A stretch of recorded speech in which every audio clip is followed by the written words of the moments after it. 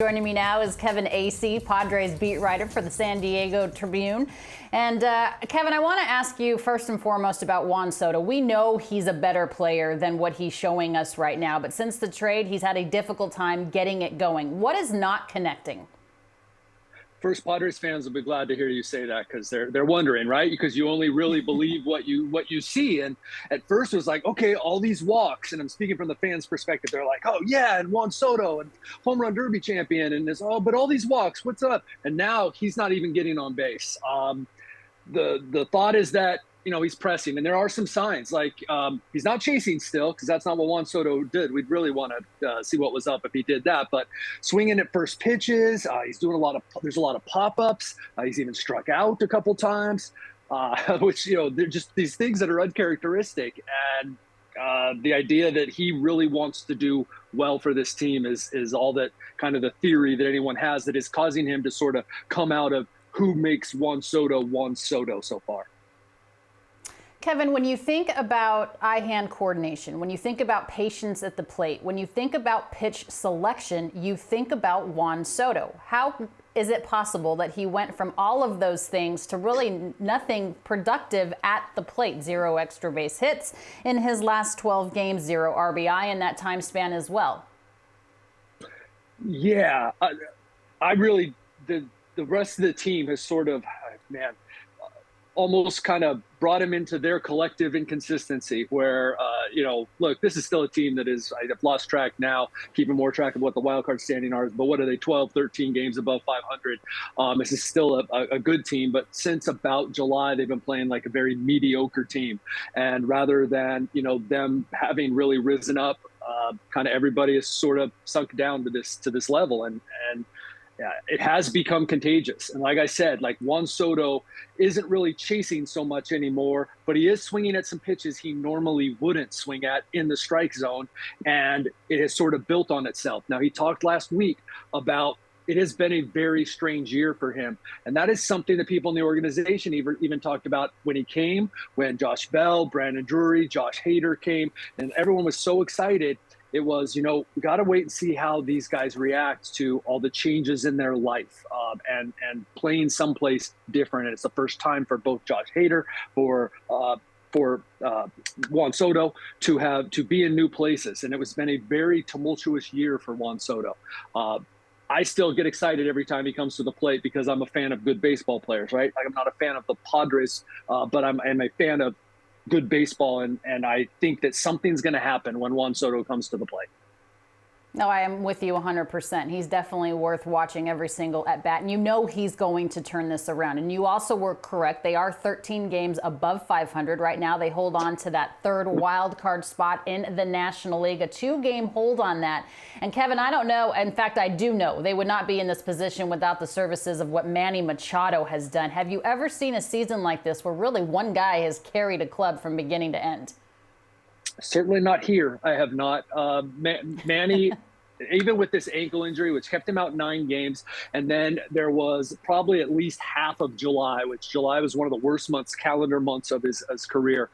Even with that, the numbers are still there for the year because this guy, and it's incredible the amount of times where he has gotten a large chunk of their runs or done something to help produce, keep an inning going.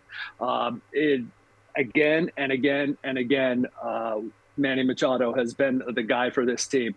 If it were not for that injury, and if it were not for the possibly historic year that Paul Goldschmidt was having, Manny would be right there, at the top of the MVP ballot again, at least for consideration.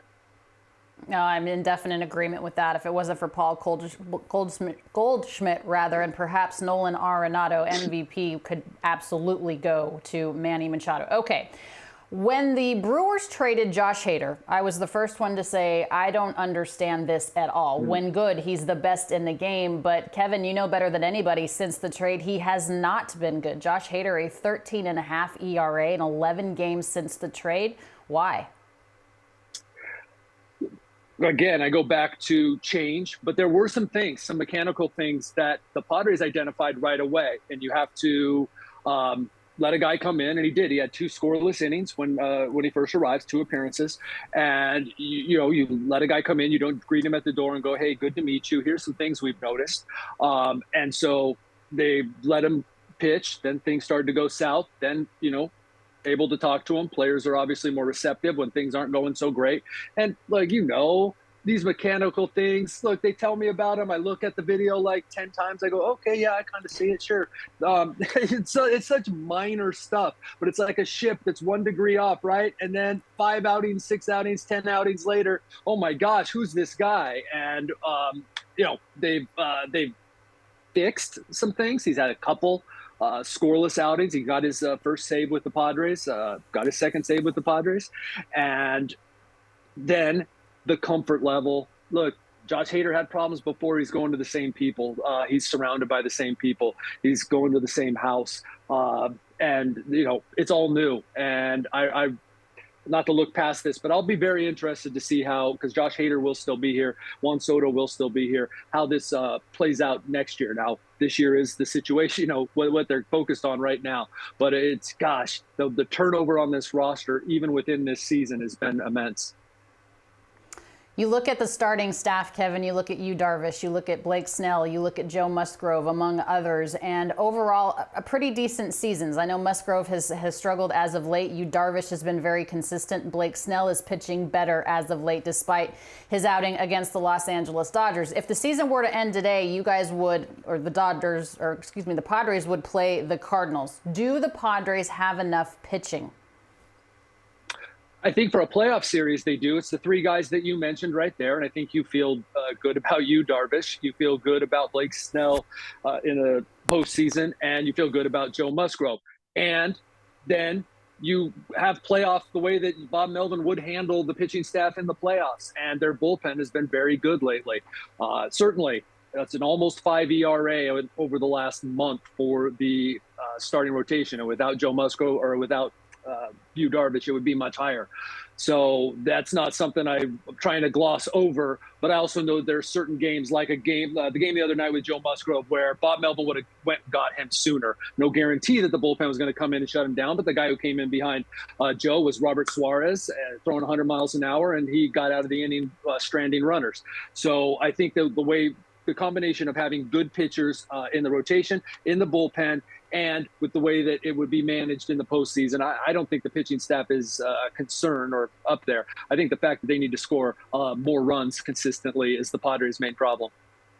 Well, that would be helpful. Sean Manaea, I enjoy watching him pitch. The Padres skipped his last start. He came out of the bullpen. What is your estimation of when he returns to the rotation?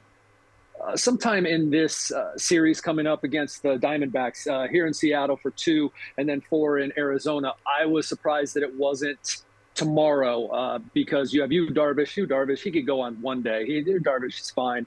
But what happens is Sean Manaea comes in, he gives everybody else an extra day. And look, these guys were on a 6-man rotation for a long time, but they have thrown a lot of innings. They were throwing a lot of pitches, and there's been a little bit of guys are maybe a little bit tired. And so Sean Manaea coming back and giving them some quality outings would be big for them. Yu Darvish can go on 1 day's rest, has 14 pitches to choose from. It is the San Diego Padres at the Seattle Mariners, 2 teams fighting for their wild card playoff lives. Kevin Acee of the San Diego Union Tribune, we appreciate your time.